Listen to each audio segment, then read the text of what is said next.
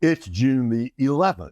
Let's read the Bible. Friends, welcome back to this year-long journey from Genesis to Revelation in just 1 year. Well, today, June the 11th, big day, because we're leaving the Gospel of John, hopping back into the Old Testament to the first of two books that are often overlooked in the Old Testament. I'm speaking of 1st and 2nd Chronicles. And when you read them, at least parts of these books, you may think, I've heard this before. And that's true. You have heard this before in another version, another way, in 1st and 2nd Samuel and 1st and 2nd Kings. More about that in a minute. Really glad that you're with us. I did get a nice note from somebody who said, really enjoyed you reading. This is helping me to know how to pronounce some of the Bible names. God bless. Well, let me know how you feel about that after we get through the first 9 chapters of 1st Chronicles, because, friends, it's 9 chapters of names. There's a little commentary here and there, but you'll see in just a moment. So I'm going to do the best I can. But before we jump in, let me say something about 1st and 2nd Chronicles. Just give you a few quick facts. Number one, in our English Bible, these are 2 books. But in the original Hebrew Bible, in the original version, they were all 1 book. Now later, even in the Hebrew Bible, they were divided because, it was written on scrolls. And it was hard to get a scroll long enough to put all of 1st and 2nd Chronicles together. So it became 1st Chronicles and 2nd Chronicles. But in the beginning, it was just Chronicles. It was 1 book. Number 2, all we really know about this book is that it was written sometime after the return from Babylon. And most people put it about 450, 430 BC, something like that. Jewish tradition says that Ezra, that is Ezra, the scribe of the book of Ezra, is the one who wrote these 2 books, 1st and 2nd Chronicles. I'm going to accept that. I think that's very likely. So originally 1 book, written by Ezra about 430 BC, which puts it, and this is not a small fact, which puts it about 100 years or so after the return of the exiles from Babylon. So by 430 BC, all or nearly all of the original returnees would be dead, but their kids and their grandkids and their great-grandkids would be alive. And that brings us to what I think is one of the key points here. When the Jews were taken into captivity, if you go all the way back to the days of David and Solomon, Israel, though a small country geographically, had a huge importance in the ancient Near East. But once the temple was destroyed, 586 BC, once Nebuchadnezzar's army destroyed the temple, tore down the walls, burned the city, left it as a desolate wasteland, the times of the Gentiles begin. I think, times of the Gentiles, Jesus mentions that in the Gospel of Luke. I think those times of Gentile domination started in 586 BC with the destruction of Jerusalem, and they will continue. We are today in the times of the Gentiles until Jesus physically, visibly returns to the earth. What I'm saying is, if you just run the clock from the time they come back from Babylon, 537, 536, 535 BC, somewhere along in there, if you just go a century later, here's what you have. You've got the Jews are trying to put their lives back together, but the world has changed all around them. The temple is gone. The nation is gone. They are living in a world completely dominated by overwhelming Gentile empires, which leads us to this. What is it in Chronicles? How is it different from Samuel and Kings? It's history. It's Jewish history with a purpose.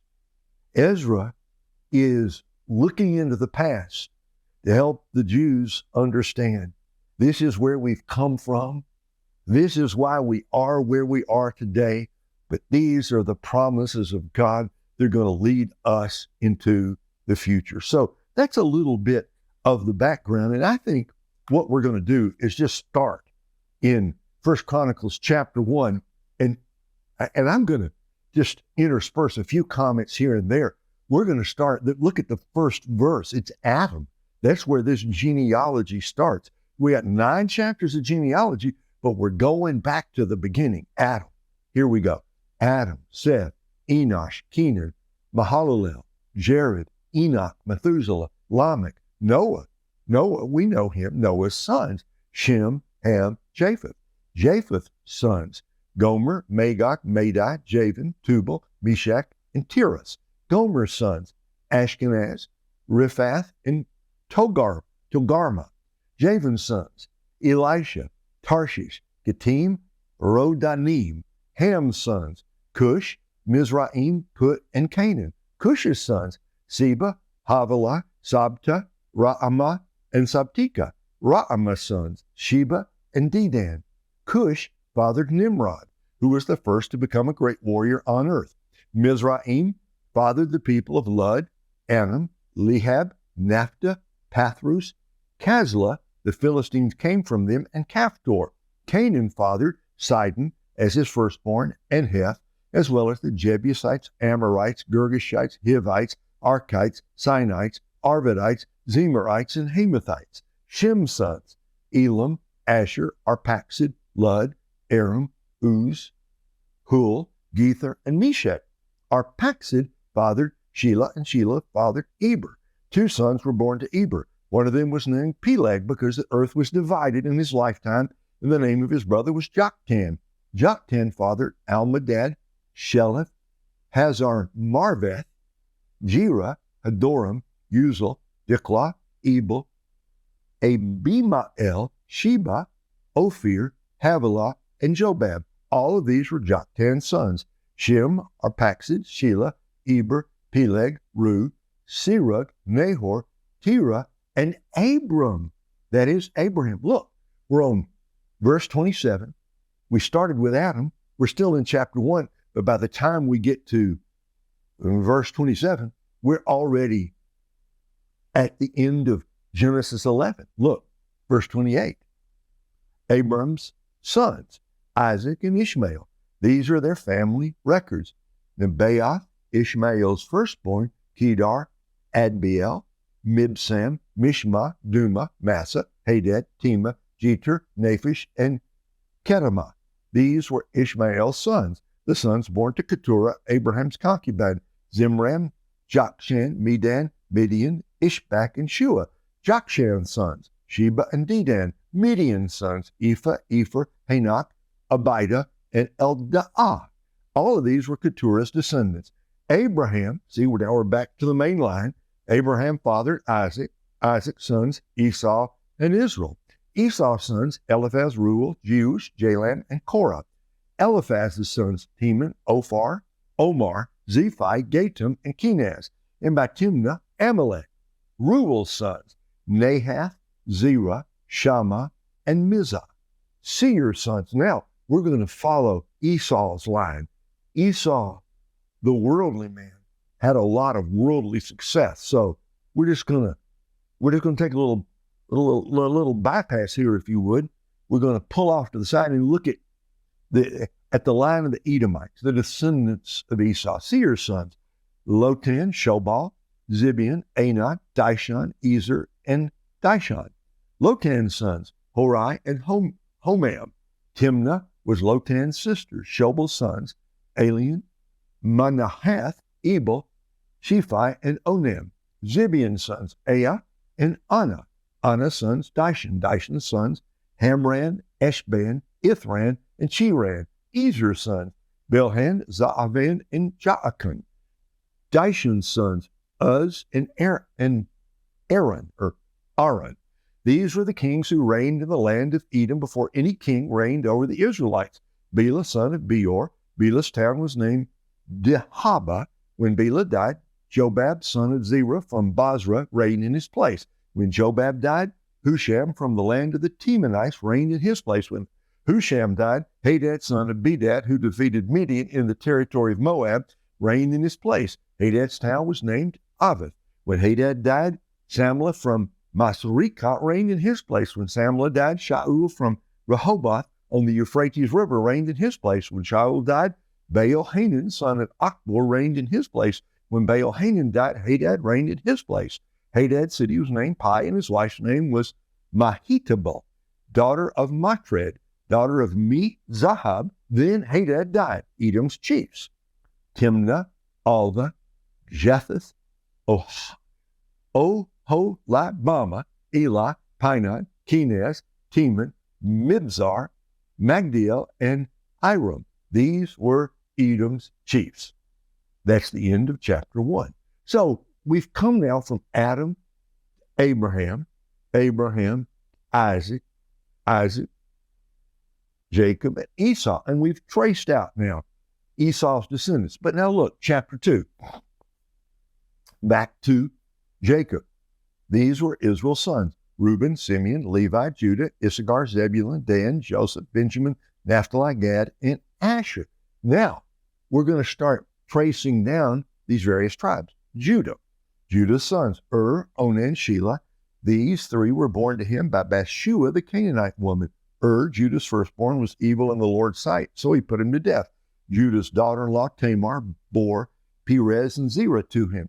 Judah had 5 sons in all. Perez's sons: Hezron and Hamul. Zerah's sons: Zimri, Ethan, Heman, Calcor, Dara, 5 in all. Carmi's sons: Achar, or Achan, as he's called in the book of Joshua.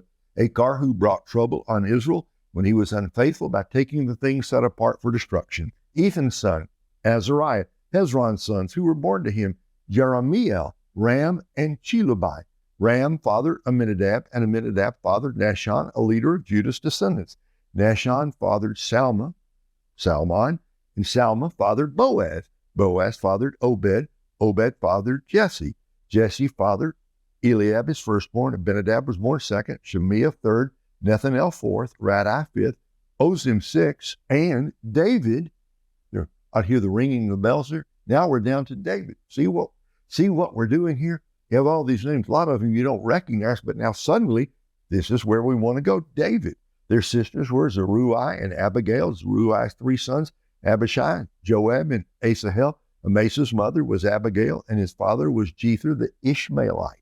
Caleb, son of Hezron, had children by his wife Azubah and by Jerioth. These were Azubah's sons: Jesher, Shobab, and Ardon. When Azubah died, Caleb married Ephrath, and she bore her to him. Her fathered Uriah. Uriah fathered Bezalel. After this, Hezron slept with the daughter of Machir, the father of Gilead. Hezron had married her when he was 60 years old. She bore Segub to him. Segub fathered Jair, who possessed 23 towns in the land of Gilead. And I stopped to say, this is a fact about these towns in Gilead that comes up a number of times in the Old Testament. But Gesher, an Arab, captured Jair's villages along with Kenath and its surrounding villages, 60 towns. All of these were descendants of Machir, father of Gilead. After Hezron's death and Caleb Ephrathah, his wife Abijah bore Asher to him. He was the father of Tekoa. The sons of Jeramiel: Hezron's firstborn, Ram his firstborn, Bunah, Orim, Ozim, and Ahijah. Jeramiel had another wife named Atara, who was the mother of Onan. The sons of Ram: Jeramiel's firstborn, Maaz, Jamin, and Eker. Onam's sons: Shammai and Jada. Shammai's sons: Nadab and Abishur. Abishur's wife was named Abihail, who bore Abed and Molid to him. Nadab's sons: Seled and Apiam. Seled died without children. Apiam's son: Ishai. Ishai's son: Shishan. Shishan's descendant: Ali. The sons of Jada, brother of Shammai: Jether and Jonathan. Jether died without children. Jonathan's sons: Peleth and Zazah. These were the descendants of Jeramiel. Shishan had no sons, only daughters, but he did have an Egyptian servant whose name was Jarrah. Shishan gave his daughter in marriage to his servant Jarrah, and she bore Attai to him. Attai fathered Nathan. Nathan fathered Jabed. Jabed fathered Ephlal. Ephlal fathered Obed. Obed fathered Jehu. Jehu fathered Azariah. Azariah fathered Helez, and Helez fathered Elasa. Elasa fathered Sismai, and Sismai fathered Shalom. Shalom fathered Jechemiah, and Jechemiah fathered Elishama. The sons of Caleb, brother of Jeramiel: Mishah, his firstborn, fathered Ziph, and Marishah, his second son, fathered Hebron. Hebron's sons: Korah, Tapua, Rechem, and Shema. Shema fathered Raham, who fathered Jorkeam, and Rechem fathered Shammai. Shammai's son was Maon, and Maon fathered Bethzur. Caleb's concubine Ephah was the mother of Haran, Moza, and Gazez. Haran fathered Gazez. Jadai's sons, Regum, Jotham, Geshem, Pelet, Ephah, and Sha'af. Caleb's concubine Maacah was the mother of Sheber and Tirhana. She was also the mother of Sha'af, Madmannah's father, and of Shiva, the father of Machbena and Gibeah. Caleb's daughter was Aksa. These were Caleb's descendants, the sons of Hur, Ephrathah's firstborn. Jobal fathered Kiriath Jearim. Salma fathered Bethlehem, and Hariph fathered Beth Gader. These were the descendants of Shobal, the father of Kiriath Jearim, Haroah, half of the Manahathites, and the families of Kiriath Jearim, the Ithrites, Puthites, Shumathites, and Mithraites. The Zoraites and Eshtaolites descended from these. Salma's descendants, Bethlehem, the Netophathites, Atroth Beth Joab, and half of the Manahathites, the Zorites, and the families of the scribes who lived in Jabez, the Tiraites, Shemeathites, and Sukkothites. These are the Kenites who came from Hamath, the father of Rechab's family. That's the end of 1 Chronicles chapter 2. I don't know what my friend thinks about how I'm doing with some of these Bible names. You know, I've told you before what my theory is. Say them fast, say them loud, and just keep going, doing the best we can here. 1 Chronicles chapter 3. Now, look at verse 1. In case you're wondering, we started with Adam, we got to Abraham, and then we got to Isaac, and we got to Jacob, and we got to his sons, and, the spreading out of the tribes. But now look, chapter 3. David's sons. These were David's sons who were born to him in Hebron. Amnon was the firstborn by Ahinoam of Jezreel. Daniel was born second by Abigail of Carmel. Absalom, son of Maacah, daughter of King Talmai of Geshur, was third. Adonijah, son of Haggith, was fourth. Shephatiah by Abital was fifth. Ithraim by David's wife Eglah was sixth. 6 sons were born to David in Hebron, where he reigned 7 years and 6 months, and he reigned in Jerusalem 33 years. These sons were born to him in Jerusalem: Shemiah, Shobab, Nathan, and Solomon. See, ding, ding, ding. All of a sudden, now we're getting to his son Solomon. These 4 were born to him by Bathsheba, otherwise known as Bathsheba, daughter of Amiel.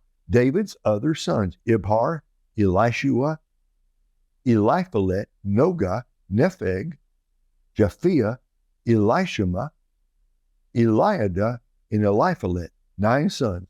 These were all David's sons with their sister Tamar, in addition to the sons by his concubines. Solomon's sons, see, we've gone David. Now, we're going straight to Solomon. Watch this. Solomon's son was Rehoboam. His son was Abijah, his son Asa, his son Jehoshaphat, his son Jehoram, his son Ahaziah, his son Joash, his son Amaziah, his son Azariah, his son Jotham, his son Ahaz, his son Ezekiah, his son Manasseh, his son Amon, his son Josiah. Josiah's sons: Johanan was the firstborn, Jehoiakim second, Zedekiah third, Shallum fourth. Jehoiakim's sons, his sons Jeconiah and Zedekiah. Now, down in chapter 17, or verse 17, look what we've done. We started up there with David and his sons, but by the time you get down to verse 17, you're at 586 BC, the fall of Jerusalem, and they're going away into exile. But look, the line continues. The sons of Jeconiah the captive: his son Shealtiel, Malkiram, Pedaiah, Shenazar, Jechemiah, Hushama, and Nedabiah. Pedaiah's son Zerubbabel. Zerubbabel is Shimei, Zerubbabel's son Meshullam, and Hananiah, with their sister Shelomith, and 5 others: Hashubah, Ohel, Berechiah, Hasadiah, and Jushab Hesed. Hananiah's descendants: Pelatiah, Jeshiah, and the sons of Raphiah: Arnan, Obadiah, and Shechaniah. The son of Jeconiah, the son of Shechaniah, Shemaiah. Shemaiah's sons: Hattush, Igal, Bariah, Neariah, Shaphat. 6. Neariah's sons: Elioenai, Hezekiah, and Azrikam. 3. Enai's sons, Hodaviah, Eliashib, Peliah, Akub, Johanan, Deliah, and Anani. 7. And you know where that brings us to? That brings us to essentially it brings us to after the exile, sometime right there around Ezra's, I assume, when you get to the end of chapter 3, you're right there. This is Ezra writing, he's bringing people right up to date. So what we started in chapter 1 of 1 Chronicles, way back there with Adam, Abraham, Isaac, Jacob, the boys, the tribes, down to David. And then you have that list of kings, which we're going to go through, though, Amariah, Isaiah, Asa, Jehoshaphat. We're going to get to, and Hezekiah, we're going to get to all those in 2 Chronicles.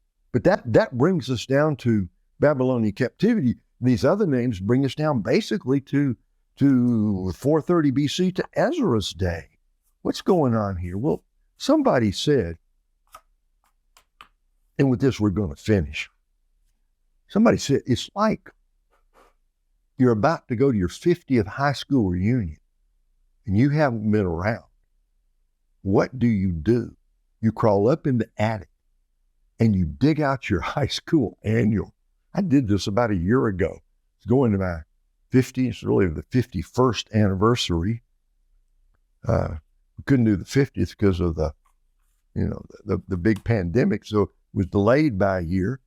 But I dug out my high school annual, which in early days, long time ago, I'd looked up a lot of those names, guys and girls I knew, but it had been years. I started poring over it. Who are these kids? They're friends of mine from 50 years ago. What do? You look up your own picture, your own name, and you look up the names of people you know. You know what this is? This is like Ezra blowing the dust off Israel's yearbook. Only the yearbook is not 50 years. It goes back thousands of years, all the way to Adam in the Garden of Eden, just blowing off the dust. So you have these names, Hattush and Igal and Bariah, Neariah, and Shaphat, names that frankly I don't know much about, if anything, can barely pronounce some of these names. These were real people. They were in or around the family tree of the people of God. And what a difference it made in the desperate times after the return from Babylon, back to the devastation of Jerusalem and the rebuilding of the temple. But it was just a shadow of what Solomon's temple had been. And those 10 tribes in the north taken away by Assyria, they never returned. The great nation, the nation of Israel as a nation as it had been under David and Solomon, no more.